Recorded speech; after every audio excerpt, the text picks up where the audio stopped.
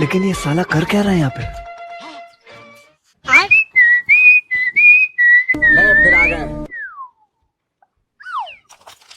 এই কোথায় ছিলে গো তুমি? আমি কোথায় ছিলাম সেটা নয় পরে বলছি, তুমি এই সমস্ত বার করে এখন কি করছো? তোমার কি কোনো কিছুতে কোনো খেয়াল আছে? আজকে কত তারিখ? ডকুমেন্টস গুলোতে জমা দিতে হবে, সেগুলো কি তোমার মনে আছে? ডকুমেন্টস? কিসের ডকুমেন্টস? আমি জানতাম তো তুমি ভুলে যাবে, তোমার বিন্দু মাত্র ইচ্ছা নেই কাগজগুলোকে জমা দেওয়ার। বলেন কি?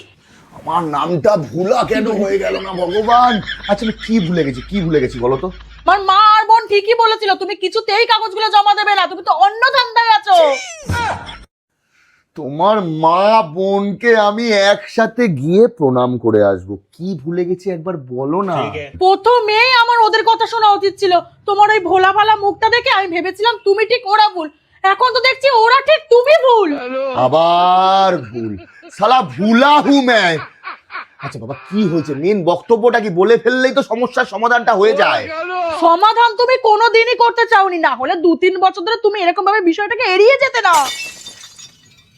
আরে কি এড়িয়ে গেলাম সেটাই তো আমি বুঝতে পারছি না, একে তো বলছো না উপরন্তু আমাকেই দোষারোপ করে যাচ্ছ। কি হয়েছে বিষয়টা বললেই তো হয়ে যায়।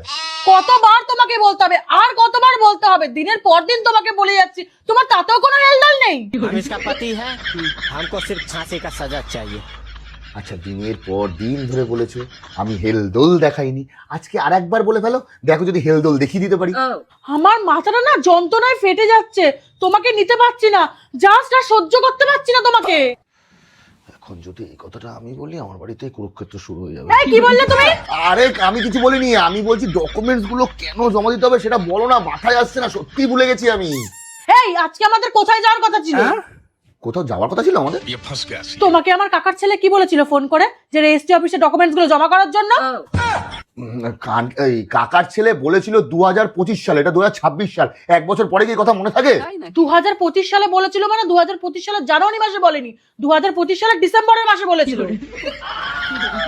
আরে এইগুলো জমা দেওয়ার কি দরকার, ছাড়ো বাদ দাও না, 3 বছর তো কাটিয়েই ফেললাম, আর তো কয়েকটা দিন মাত্র। এই কয়েকটা দিন মানে?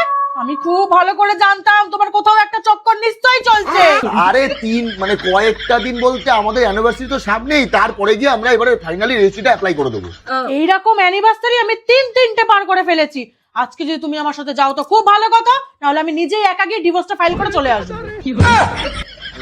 দেখো ঝগড়া করছো করো, তার মাঝখানে কিন্তু আনন্দের কথা বলবে না, আর আমি জানি এই আনন্দটা আমার কপালের জীবনে জুড়বে না। ঠিক আছে তোমার রেজিস্ট্রি অফিসে যাওয়ার কথা তো, চলো রেডিও, আমি এক্ষুনি স্নান করে আসছি। না স্নান করে যাবে না, প্রচুর ঠান্ডা, আমি এক্ষুনি বাইরে গিয়ে জামা চেঞ্জ করে আসছি।